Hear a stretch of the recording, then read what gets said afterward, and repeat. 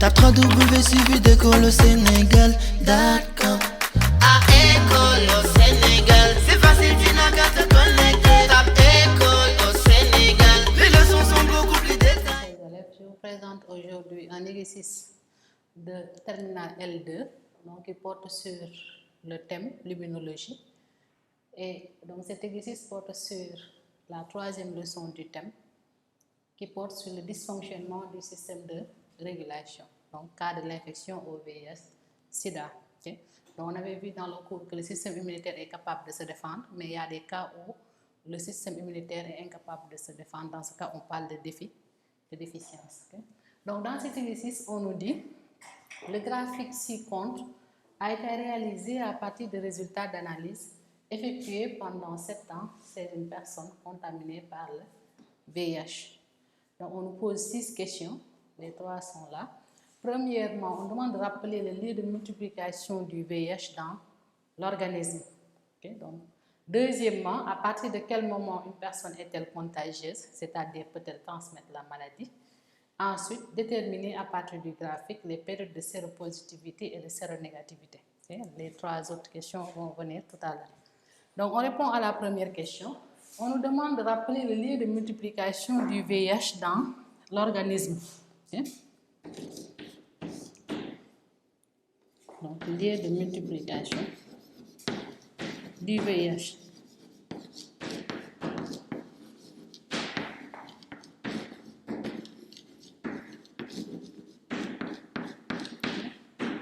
Donc, le VIH, lorsqu'il entre dans l'organisme, il va se mettre à l'intérieur des cellules qu'on appelle les lymphocytes. Les lymphocytes T4. Donc, on appelle les LT4.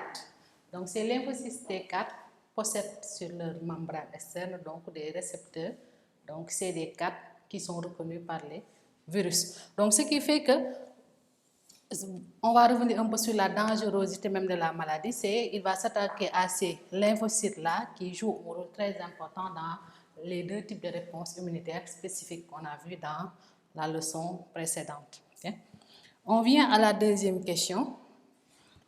On nous demande de rappeler, plutôt à partir de quel moment une personne est-elle contagieuse. Okay?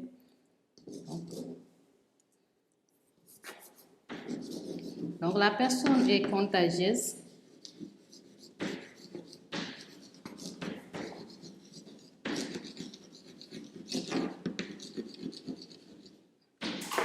donc la personne n'est pas contagieuse quand il y a apparition de virus, plutôt d'antivirus, mais dès l'instant que le virus entre dans l'organisme, la personne est contagieuse. Okay? Donc la période est contagieuse dès la pénétration, donc,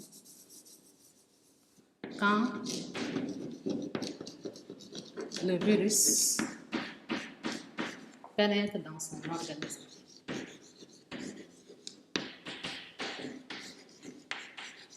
Dans son organisme.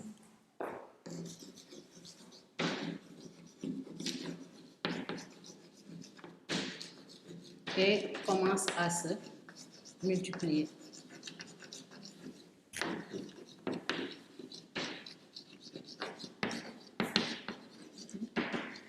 Donc, dès l'instant que le virus est dans l'organisme et qu'il commence à se multiplier, l'individu peut transmettre la maladie. Okay? Donc, elle est contagieuse.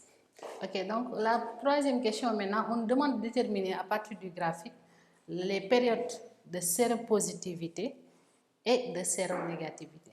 Donc, on a vu dans le cours que lorsque l'individu a le VIH-Sida, donc le VIH, ça signifie virus de l'immunodéficience humaine, donc qui est responsable de la maladie SIDA. Donc, dès l'instant que le virus entre dans l'organisme, il va prendre un certain temps avant de se multiplier. Donc, c'est ce qu'on appelle la phase de primo-infection.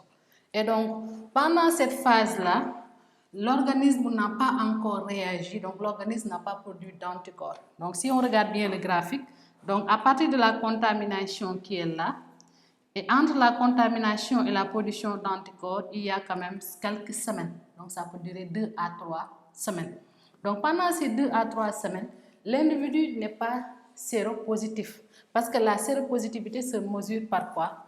Par l'apparition dans le sang d'anticorps anti-VIH. Okay? Donc pendant cette période, l'individu a le sida, l'individu peut transmettre la maladie, mais l'individu est séronégatif. Okay?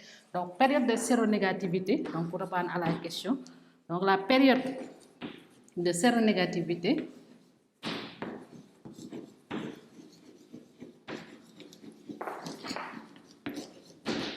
okay? L'individu, la période de séronégativité, ça correspond à la période, donc si on considère la contamination comme le début, à l'entrée du virus dans l'organisme, donc entre l'entrée du virus dans l'organisme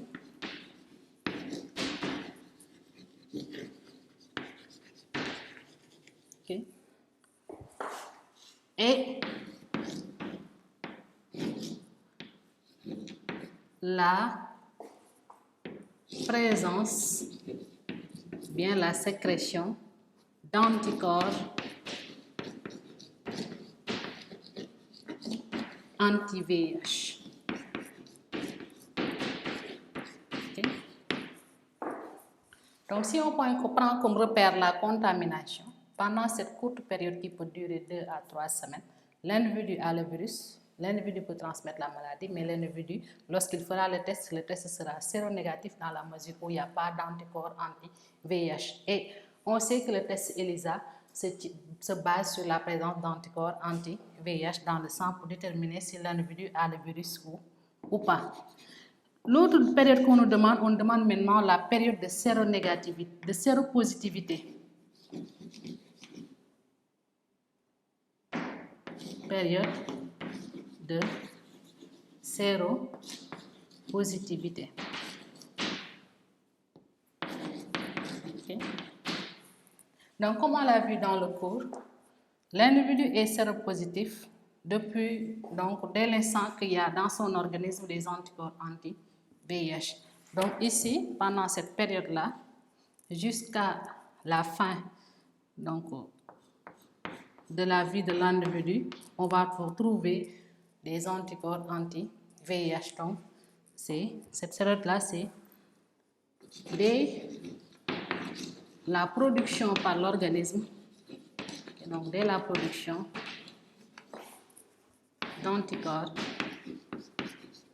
anti-VIH. Okay.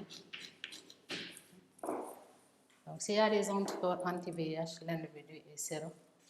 T'as 3 W suivi d'école au Sénégal.